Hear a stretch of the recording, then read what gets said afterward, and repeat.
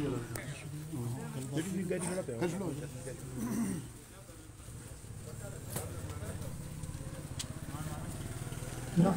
ونصلي على رسوله الكريم اما بعد اعوذ بالله من الشيطان الرجيم بسم الله الرحمن الرحيم ان الله يأمركم ان تؤدوا الامانات الى اهلها. انتہائی قابل احترام میرے بزرگوں اور عزیز نوجوان دوستوں، میں زندگی بھر آپ کی محبتوں کا مقروض رہوں گا. میں نے جب کاغذات نامزدگی داخل کروائی تو پورے حلقے سے بالعموم اور بالخصوص اپنی یونین کونسل سے انفرادی طور پر بھی دوستوں نے مبارکباد پیش کی، اور آج اجتماعی طور پر آپ تمام لوگوں نے جس محبت کا اظہار کیا، جس اعتماد کا اظہار کیا، میں دعا گو ہوں اللہ کے حضور کہ اللہ تعالیٰ مجھے آپ کی توقعات پر 100% پورا اترنے کی توفیق اور ہمت عطا فرمائے. تھوڑا سا وقت میں آپ کر لوں گا.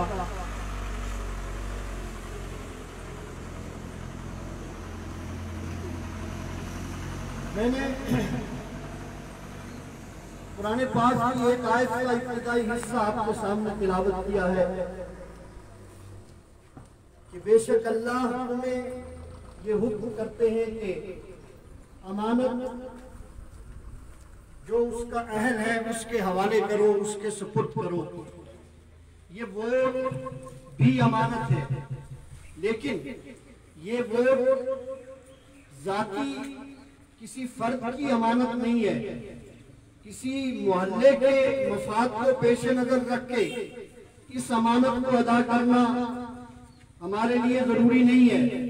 بلکہ جو قومی مفادات ہیں، ہمارے جو قومی مسائل ہیں، ان کے تناظر میں اس امانت کو ادا کرنا لازم ہے. اور اگر قومی مفادات کو نظر انداز کرتے ہوئے ہم ذاتی مفادات کو، محلے اور گاؤں اور یونین کونسل کے مفادات کو سامنے رکھتے ہوئے یہ امانت ادا کرنے کی کوشش کریں گے تو گویا ہم امانت میں خیانت کر رہے ہیں. کیوں کہ الیکشن اور انتخابات کس کے ہو رہے ہیں؟ قومی اسمبلی کے الیکشن ہو رہے ہیں. قومی اسمبلی ریاست جموں کشمیر کا وہ حصہ جس کو آزاد کشمیر کہتے ہیں، اس کی جو حکومت ہے یہ پوری ریاست 84,471 مربع میل پہ جو محیط ہے، چاہے ہندوستان کے قبضے میں ہے، چائنا کے قبضے میں ہے یا پاکستان کے قبضے میں ہے، یہ اس تمام ریاست کے اس جغرافیے کو سامنے رکھ کر اس اسمبلی کے اندر ہم جانے کی کوشش کر رہے ہیں، جا رہے ہیں. اور مقصد کیا ہے کہ ریاست کا وہ حصہ جو ہندوستان کے کنٹرول میں ہے، چائنا کے کنٹرول میں ہے یا پاکستان کے کنٹرول میں ہے، ایک تو اس ریاست کی وحدت کو ہم نے بحال کرنا ہے. یہ ہمارا قومی مسئلہ ہے. آپ سمجھیں یا نہیں سمجھیں؟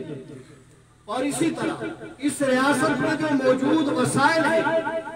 ان وسائل پر سب سے پہلے یہاں کے رہنے والوں کا حق، اور اس حق کو اپنے عوام کے حق میں استعمال کرنا،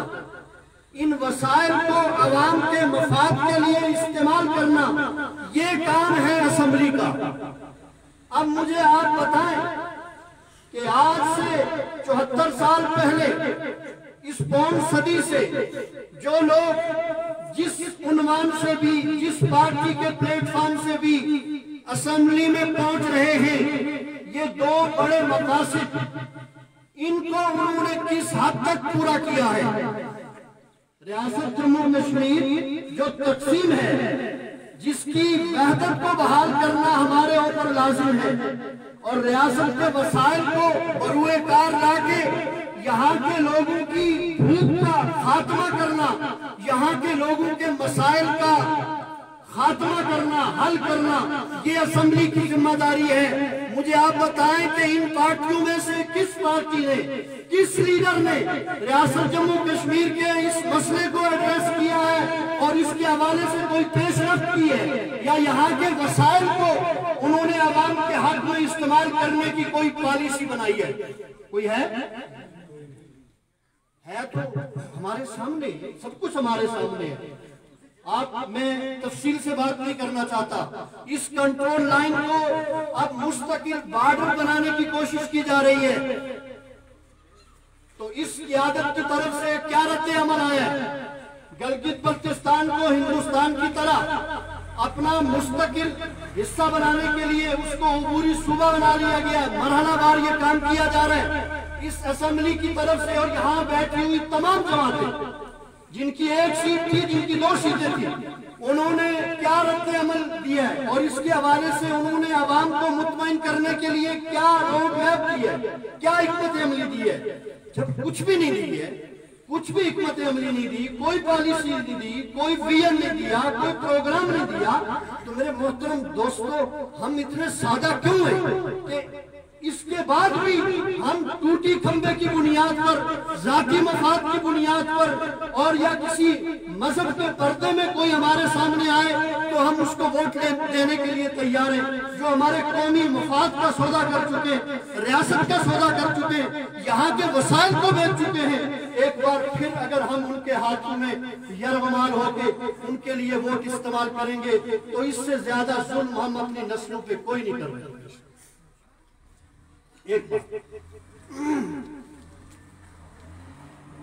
کہا جاتا ہے یہاں کچھ پارٹیاں ایسی ہیں جو اپنے آپ کو ریاستی پارٹیاں سمجھتی ہیں،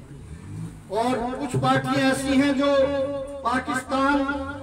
سے ان کو چلایا جاتا ہے، لیکن ہمیں عملی طور پہ کوئی فرق نظر نہیں آتا، اس لیے کہ یہاں اب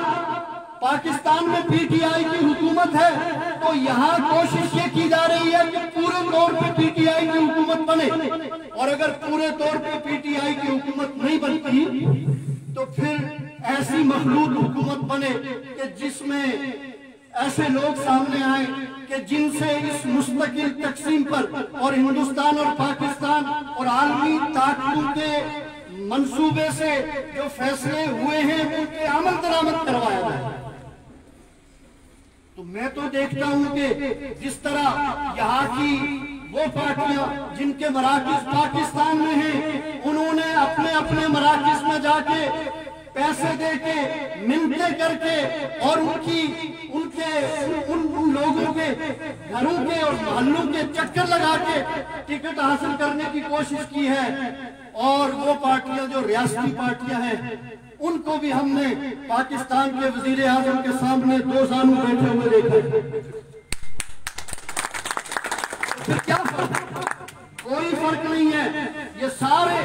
اس ریاست کے سودے کے لیے تیار ہیں اور اس پہ مہر لگانے کے لیے تیار ہیں۔ میں اپنے ان بزرگوں کا بھی دلی طور پر شکر گزار ہوں کہ میں سمجھتا ہوں کہ آپ نے ہم پر یہ اعتماد کیا، آپ نے ان نوجوانوں کو یہ حق دیا ہے کہ وہ اپنی آزادی سے کس کے حق میں اپنی رائے کا اظہار کرتے ہیں۔ آپ اگر اپنے نوجوانوں کو اپنے گھروں میں یہ حق نہیں دیں گے تو آپ اپنے مستقبل، اپنی نسل کے ساتھ زیادتی کریں گے، زیادتی کریں گے آپ۔ اور میں یہ سوچ رہا ہوں کہ جو لوگ کسی پارٹی میں بھی ہیں، ریاست کے اس بیانیے پہ جب بات کی جاتی ہے تو کوئی آدمی اس کے خلاف بات نہیں کرتا، کہتا ہے جی آپ 100% درست کہہ رہے ہیں، آپ جو بات کہہ رہے ہیں وہ بالکل ٹھیک کہہ رہے ہیں، لیکن عجیب بات ہے کہ وہ شخصیات کے اس صحن سے باہر نکلنے کے لیے تیار نہیں ہے۔ کوئی شخصیات سے جڑا ہوا ہے، کوئی ذاتی مفاد سے جڑا ہوا ہے، کوئی کسی خاندان سے جڑا ہوا ہے، کوئی کسی کی دولت سے متاثر ہے اور کوئی کسی کے خاندان سے متاثر ہے۔ بھائی جب آپ شخصیات کے، دولت اور خاندانی موروثیت کے اس سیر سے نکلنے کے لیے تیار نہیں ہیں تو آپ ریاست کی آزادی کے لیے کیا کردار ادا کرتے ہیں؟ سب سے پہلے آپ کو ان شخصیات کے اس سیر سے نکلنا ہوگا، ان کی اسیری سے نکلنا ہوگا۔ یہ جو خاندان کی اسیری میں ہم قید ہیں، اس سے ہمیں نکلنا ہوگا، اس لیے کہ کوئی ایک خاندان اس ریاست کی آزادی کا وارث نہیں ہے، کوئی مخصوص طبقہ اس ریاست کی ریاست کا وارث نہیں ہے۔ یہاں پہ بسنے والے سارے لوگ، چاہے وہ مسلم ہیں یا غیر مسلم ہیں، وہ ہندو ہیں یا سکھ ہیں، پوری ریاست میں جو بسنے والے لوگ ہیں وہ سارے اس ریاست کے وارث ہیں، اور ریاست کی آزادی کے لیے ہر ایک کے دل میں ایک شمع جل رہی ہے۔ لیکن کمی جس بات کی ہے وہ کس کی ہے کہ قیادت نہیں ہے، لیڈرشپ نہیں ہے۔ لیڈر اپنے ذاتی مفادات کے خول میں گم ہیں اور ذاتی مفادات کے لیے وہ اقتدار تک جانے کے لیے تیار ہیں، لیکن اجتماعی مفاد کے لیے ریاست کے مستقبل کو سامنے رکھتے ہوئے یہاں کے وسائل کو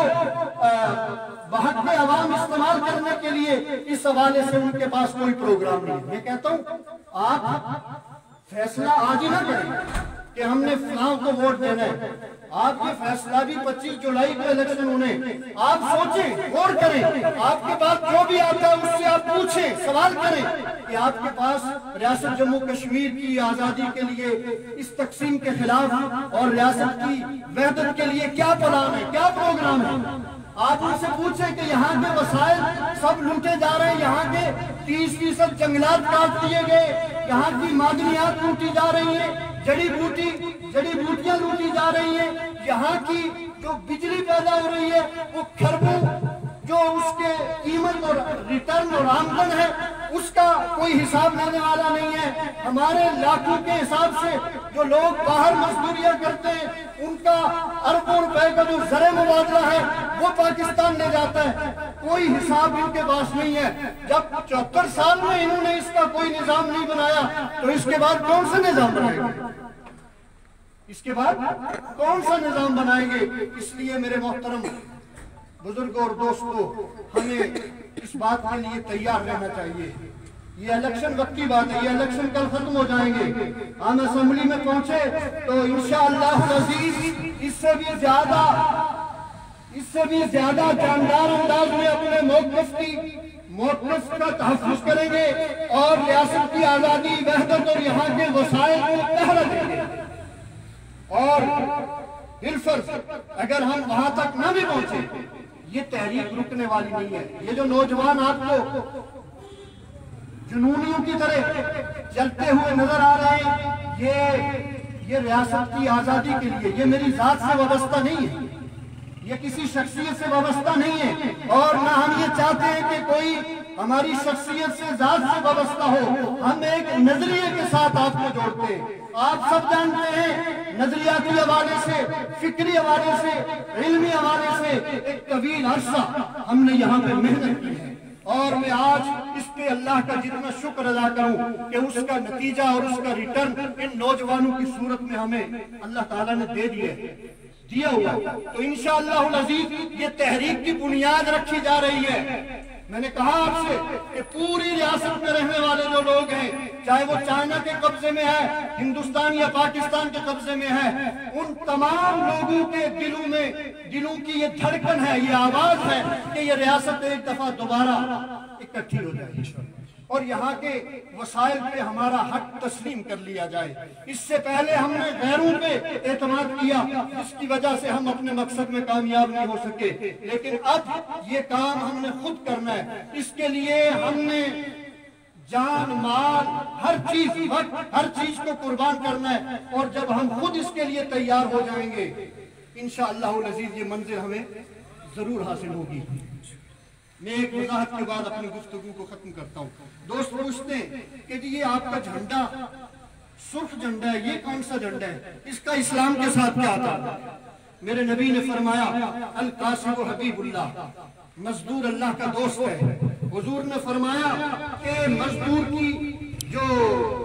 مزدوری ہے اس کا پسینہ خشک ہونے سے پہلے ادا کر دی جائے۔ حضور اکرم صلی اللہ علیہ وسلم سے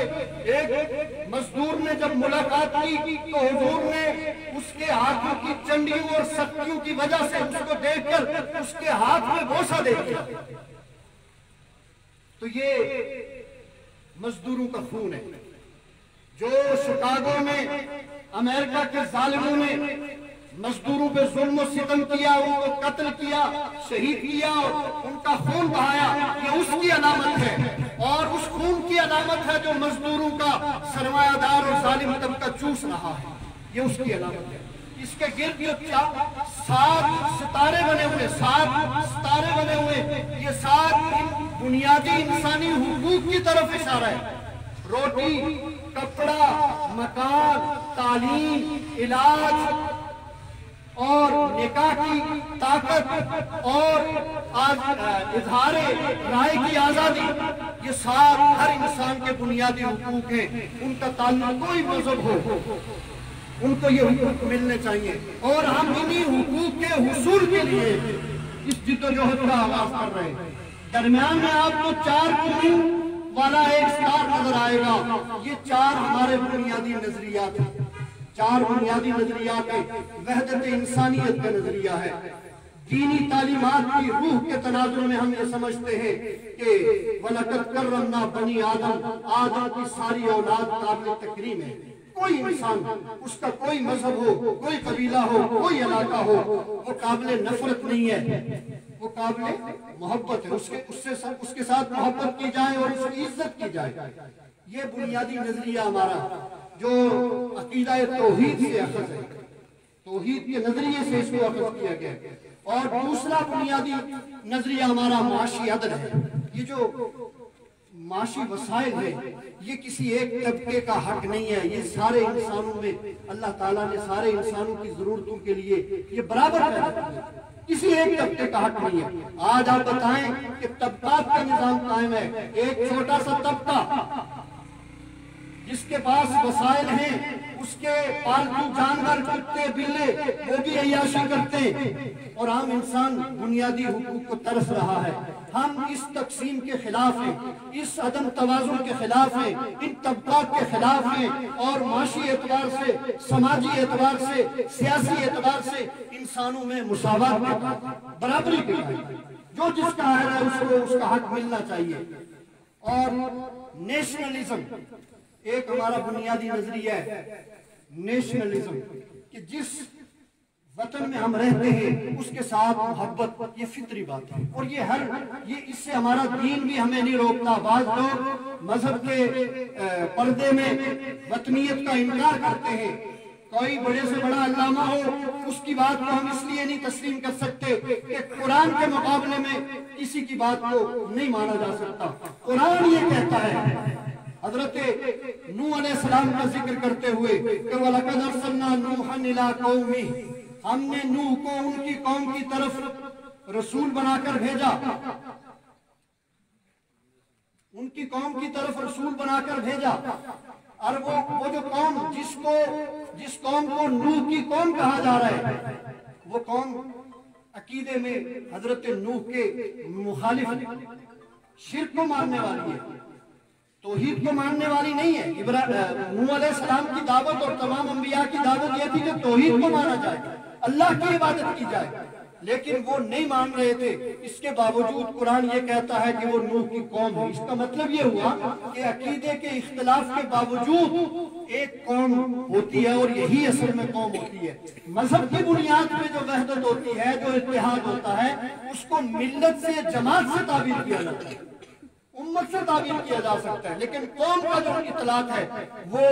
ایک جغرافیے میں، ایک کلچر اور ایک وطن میں رہنے والے لوگوں کے لیے استعمال کیا جائے گا۔ اور چوتھا ہمارا بنیادی نظریہ ہے جو اس میں جس کی طرف اشارہ ہے، وہ قومی جمہوریت کا نظریہ ہے۔ مثلا ہماری ریاست جموں کشمیر میں 5-6 قومیں، چھوٹی چھوٹی بستی ہیں۔ ہم جموں والے، جموں ہمارا مرکز تھا 47 سے پہلے، اور ایک سری نگر وادی جس کو کہتے ہیں، ایک قوم وہاں بستی ہے جو ظفر آباد تک آتی ہے، پھر گلگت بلتستان میں ایک ثقافت اور کلچر رکھنے والے لوگ بستے ہیں، لداخ میں بستے ہیں۔ تو اس طرح جو 5-6 قومیتیں ہیں یہ رضاکارانہ طور پہ اس بات پہ متفق ہیں کہ وہ مل کر اپنا اقتدار ایکسرسائز کریں، اپنا نظام چلائیں، ریاست جموں کشمیر جس کو ہم کلیم کرتے ہیں، جس کو سارے کلیم کرتے ہیں۔ تو اس لیے میرے محترم بزرگ اور دوستو، میں ایک بار آپ کا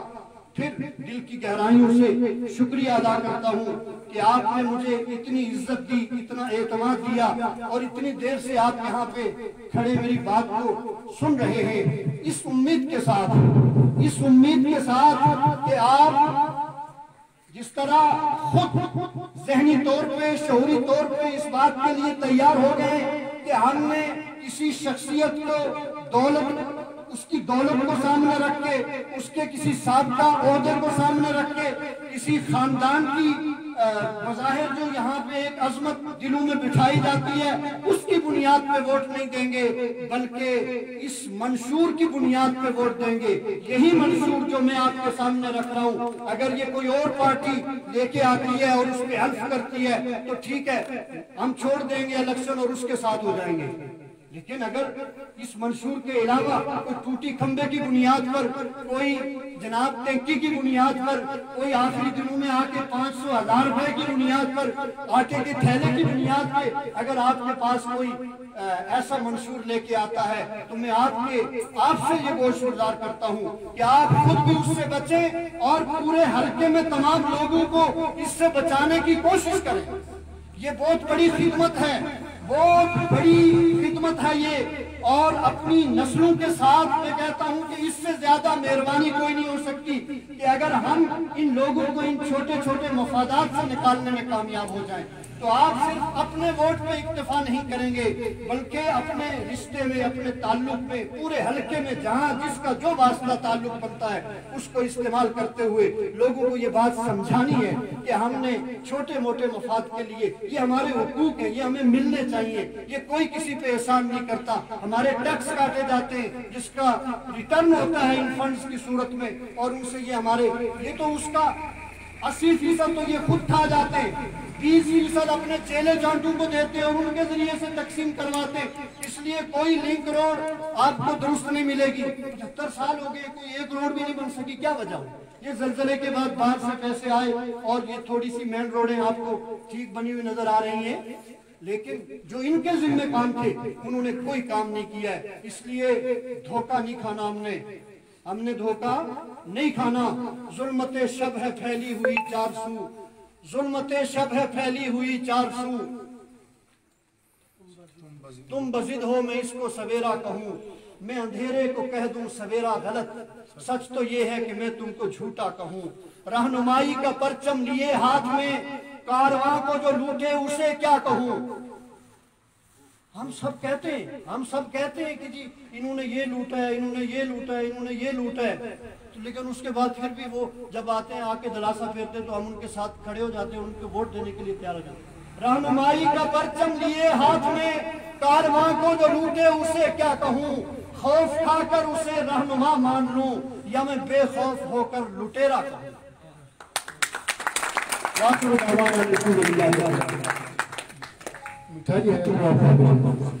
سب دوست مٹھائی سے مستفید ہو کے